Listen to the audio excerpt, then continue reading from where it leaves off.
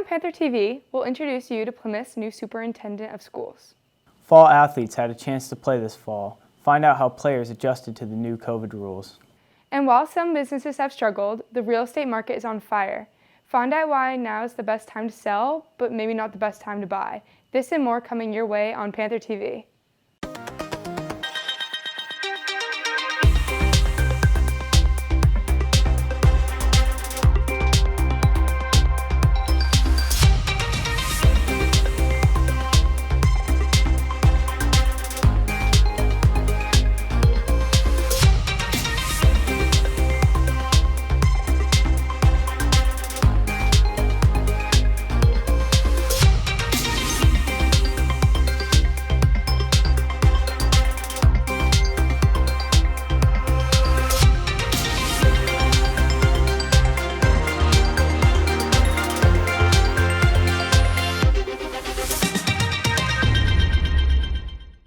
Good morning, Plymouth South. Thanks for joining us for a new year of Panther TV. I'm Nick Ahern.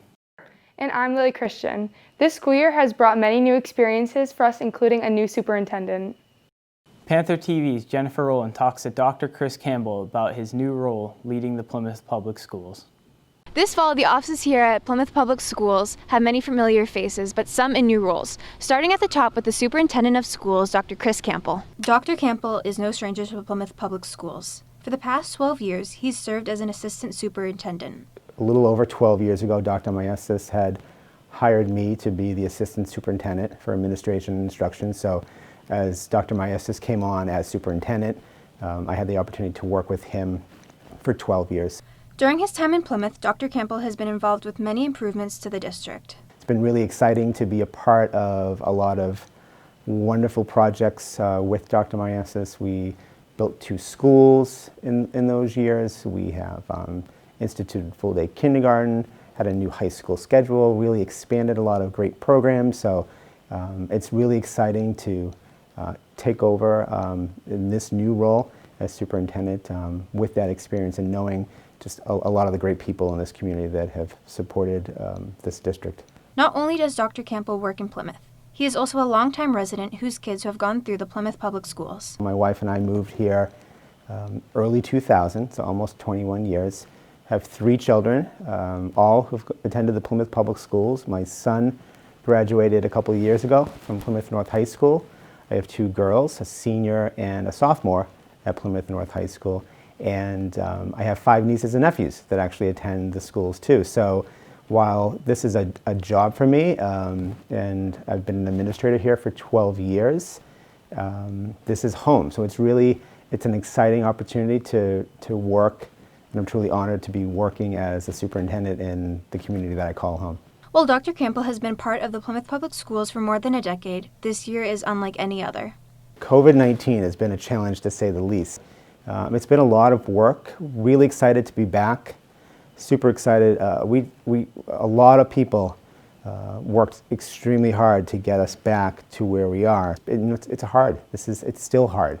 But I feel blessed to have the amazing support from all those groups that I just mentioned, from our teachers to our parents to our support staff, our custodians, our administration, because it's really it's a team effort. And if we continue to work on this together, not only do I feel that we'll continue to stay in the school, which is my first priority, but hopefully we can get back to a more routine situation here at school as well. No matter what the circumstances are, Dr. Campbell says there's one thing that always comes first. Students come first. So everything that we do as a district really has to have your best interest in mind, okay? So whether it's making sure that you feel safe and supported in this school, first and foremost, that is number one. You need to feel safe, you need to feel supported in your schools.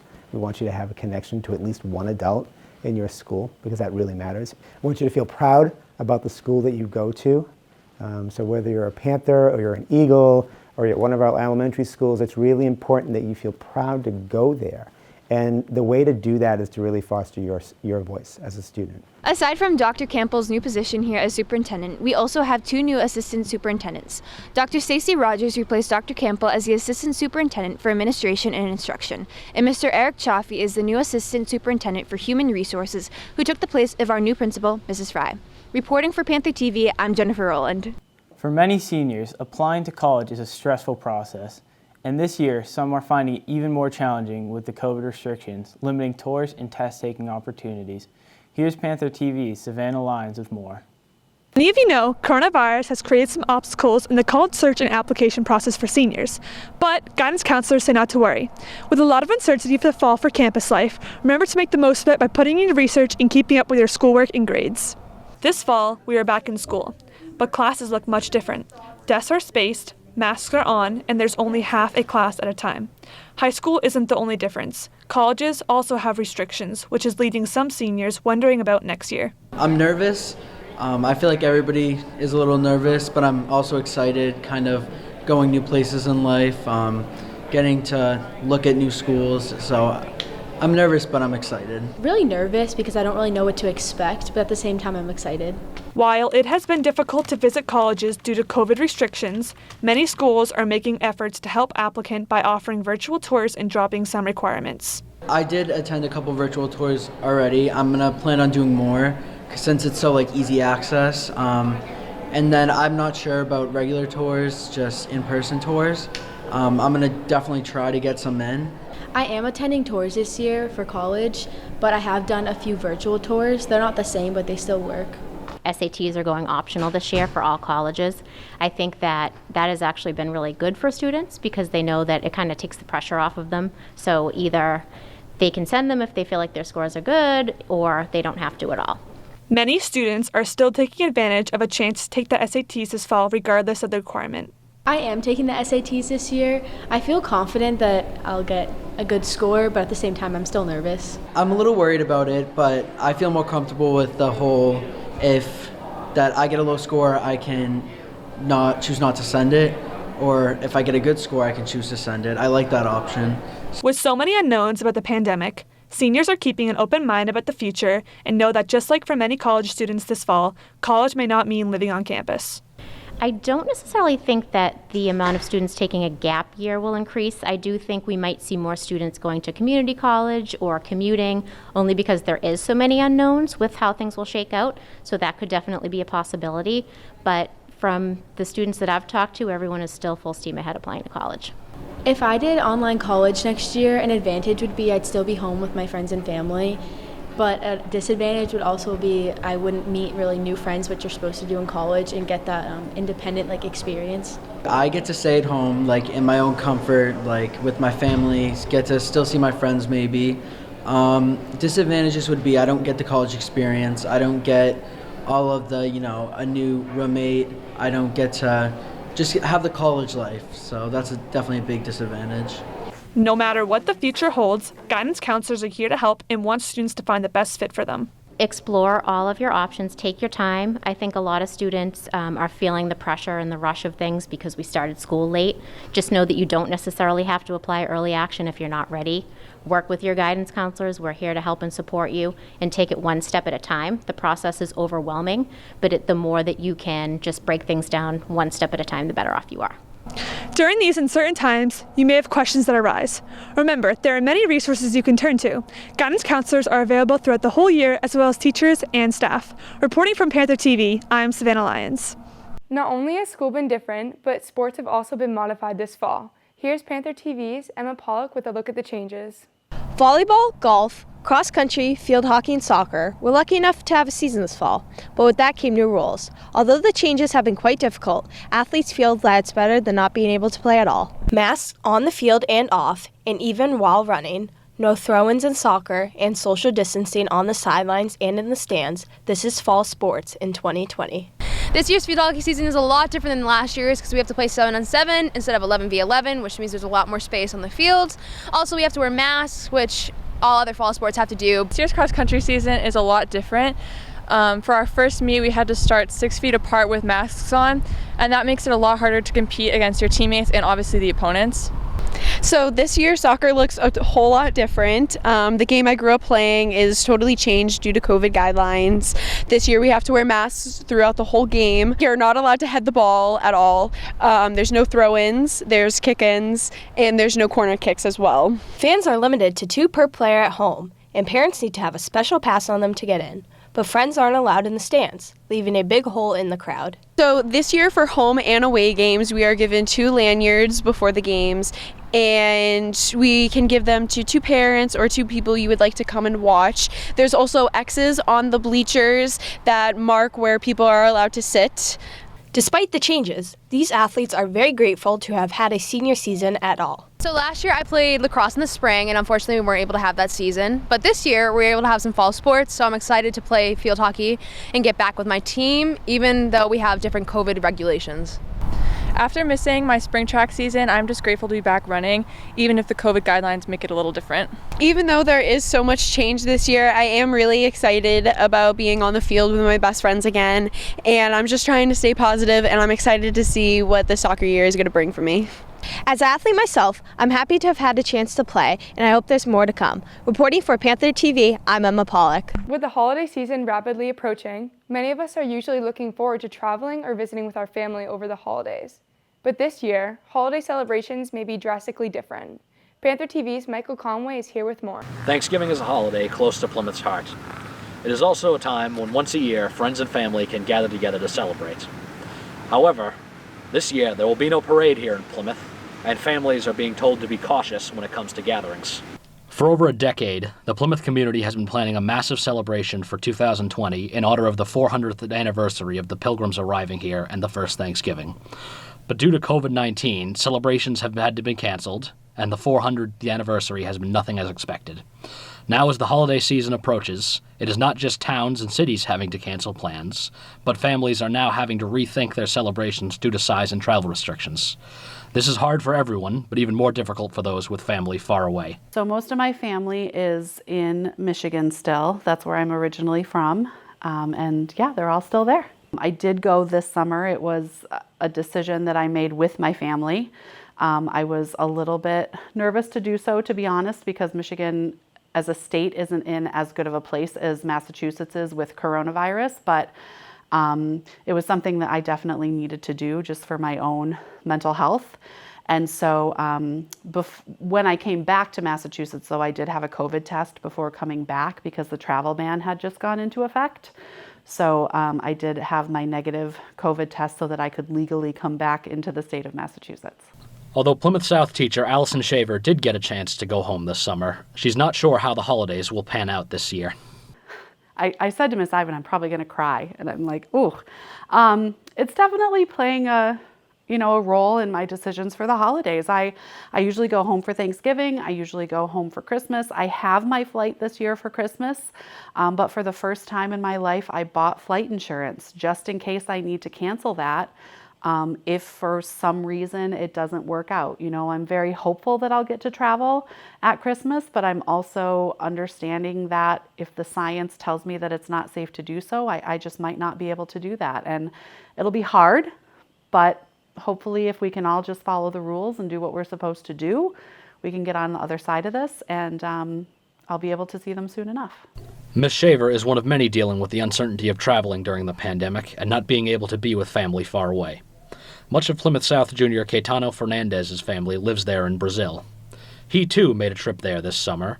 As a regular traveler, he found this year much different. Very more regulated, and of course, there's always people watching you to make sure that you have your mask on, and you're always, and there's definitely a lot more hygienic standards going on, like bathrooms. There's certain times that you can't go into the bathroom. Upon arrival, Caetano had to quarantine for a week, and then another 2 weeks when returning stateside. Even though Caetano was able to travel, he has no plans to head back anytime soon, which is hard, but he says even his family in Brazil is facing challenges. In Brazil, everyone is just so distant from each other, and we just spend so much time just on face calls and all that stuff. So it does get pretty lonely, considering that even my family in Brazil, they don't see each other regularly. They only visit maybe once like for 1 hour in like a month or something. So like grandparents, they're like very lonely, very like by themselves. So Social distancing is being advised by Massachusetts Governor Charlie Baker for the upcoming holidays in order to halt the spread of the coronavirus. I'm Michael Conway reporting for Panther TV. While the economy has been struggling with the shutdowns, the real estate market has been booming over the last several months. Here's Panther TV's Justin Gates with an inside look. You've likely noticed many real estate signs popping up in yards all over the town since the last spring. For those looking to get out, right now there's never been a better time to sell. But the challenge now is finding a place to go. COVID-19 has meant new restrictions on just about everything, including how people hunt for new homes. Open houses, there's been a lot of changes, obviously, since everything with COVID hit, and really strict guidelines are followed. We used to be able to just have a block of time and let people come in the house. As a matter of fact, I did an open house in January. There was over 40 different parties that came in, they signed in, and they walked to the house on their own, and we were kind of there to ask questions. But now we need people to really read a disclosure statement stating and signing that they haven't been sick. Some of these new rules mean 6-foot distancing, one-way tours, and making reservations for an open house. But these new restrictions aren't keeping people from looking. The real estate market has been absolutely insanely busy.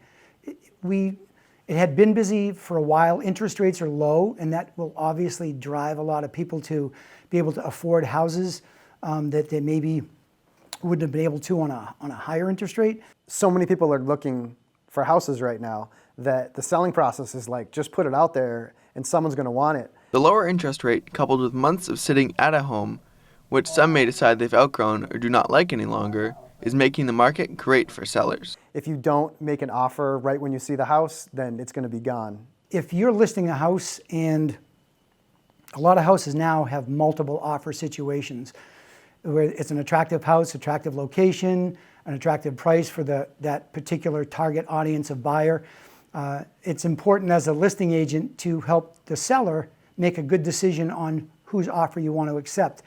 And as they say, cash is king. And if a customer has a cash offer, a lot of times it will put them in a better position to accept their offer than it might be someone who has to wait to get a loan or possibly even sell a property before they can qualify for a loan. Houses routinely selling for over the list price, as well as so many people putting in cash offers, is making it challenging for those on a hunt for a new home. The dominoes have to fall the correct way. I would say they're paying more for a home, and that's a factor of the simplest case of supply and demand, the earliest lesson of economics. When you have a house that, say, is on the market for $400,000, and maybe last year that same house would have gone for $380,000. Now, if it's going for $400,000 and you have 4 or 5 people who want it, they'll bid each other up. So the houses are definitely more pricey now, but again, it's really because of supply and demand. While COVID has brought upon many challenges, selling a home is not one of them. The problem is when after you sell your home, where do you go now? With more and more people moving out of the city, it's bringing more and more people to this area and leaving less homes for people looking. Reporting for Panther TV, I'm Justin Gates. For 8 months now, small businesses have been struggling to stay afloat due to shutdowns and the impact COVID has had on tourism. Panther TV's Ainsley Richardson talked to a local woman who has businesses in Plymouth and South Florida that both rely on tourists to keep them going. The Plymouth waterfront is full of small shops and locally owned businesses, many of which are open seasonally and rely heavily on tourism to make money. But this year, coronavirus put a halt to what was expected to be the best year yet. For years, Plymouth residents and business owners have been planning for 2020. It was supposed to be a year of celebrating the town's 400th anniversary, with events expected to draw tourists from all over all year long. This was our 400th anniversary for the Mayflower this year. So we have no tourists, we had no boat till I think August it came back. I couldn't hire any of my staff back, everyone was home. So it was bad. It was a half of season with no anniversary. Lori Gibbs and her family own the John Alden gift shop as well as Lori Jean & Co. on Water Street. She says canceled events and restrictions on travel meant a different crowd visiting her stores this year. Once things got a little situated, people started coming out of the house. We did get a lot of locals. I've lived in Massachusetts all my life and we've never gone to Plymouth, so they come down for the day. Plymouth is a day trip a lot of time.